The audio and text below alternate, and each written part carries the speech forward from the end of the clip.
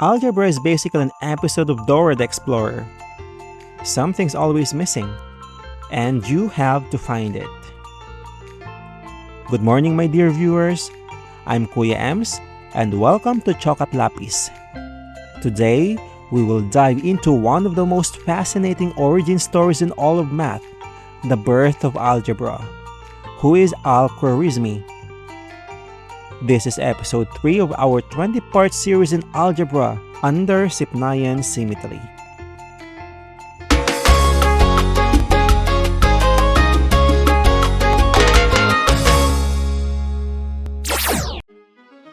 Before calculators, notebooks, or even proper numbers, humans were already solving problems using logic and structure.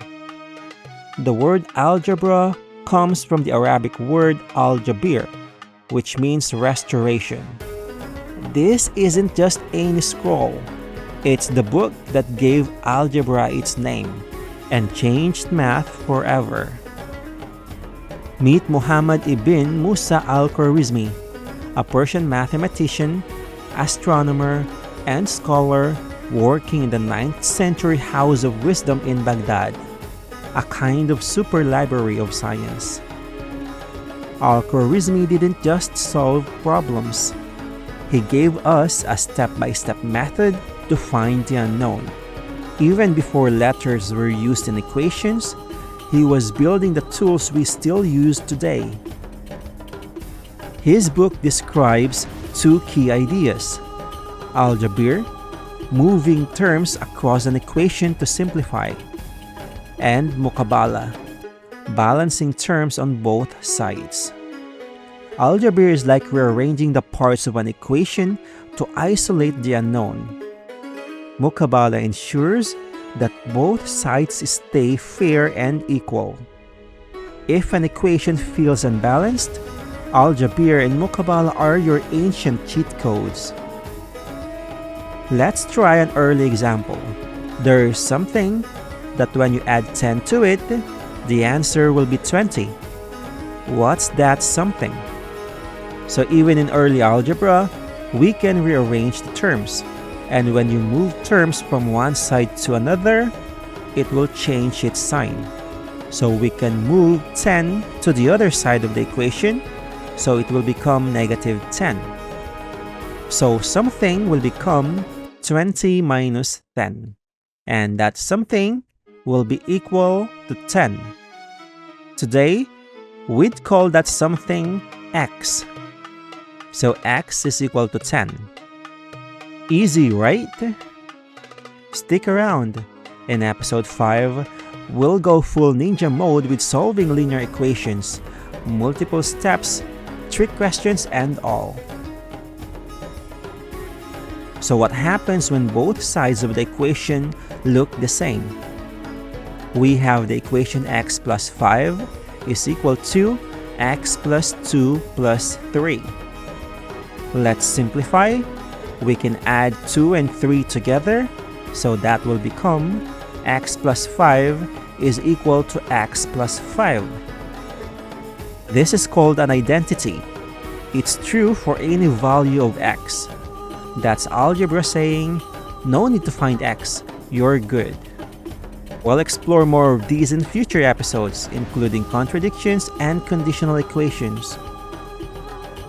Now let's try a classic quadratic equation.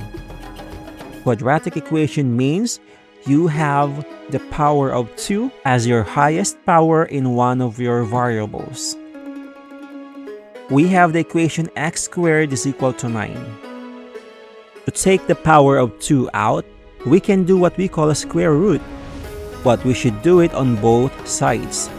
So we take the square root of x squared and the square root of 9.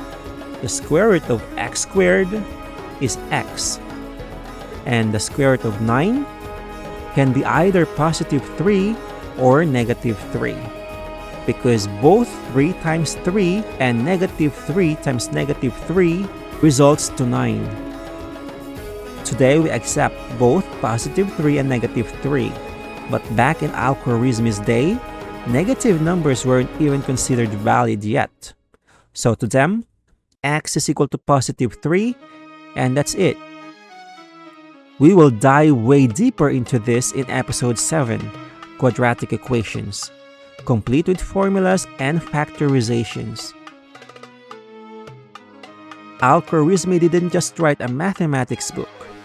He created the blueprint for how we solve equations, think about unknowns, and even how we organize math lessons today. Without him, there'd be no algebra, no solving for x, no algebra puzzles, and maybe less homework. His work laid the foundation for everything from physics to finance, because at the heart of it all is algebra. So now you know where algebra came from and who started the hunt for x. But next episode, we will tackle a common cause of classroom confusion. Yup, the battle of order of operations. What do we solve first? Parentheses, exponents, multiplication? Join me in episode 4, Order of Operations, the Battle of PEMDAS. We'll break it down step by step, no confusion, just math mastery. If you had fun or learned something new today, don't forget to like, subscribe, and click that bell icon so you never miss out on our fun new episodes. We've got more adventures coming your way. History, science, and math, all with a twist of nerdy fun. I'm Kuya Ems, and I'll see you in the next one.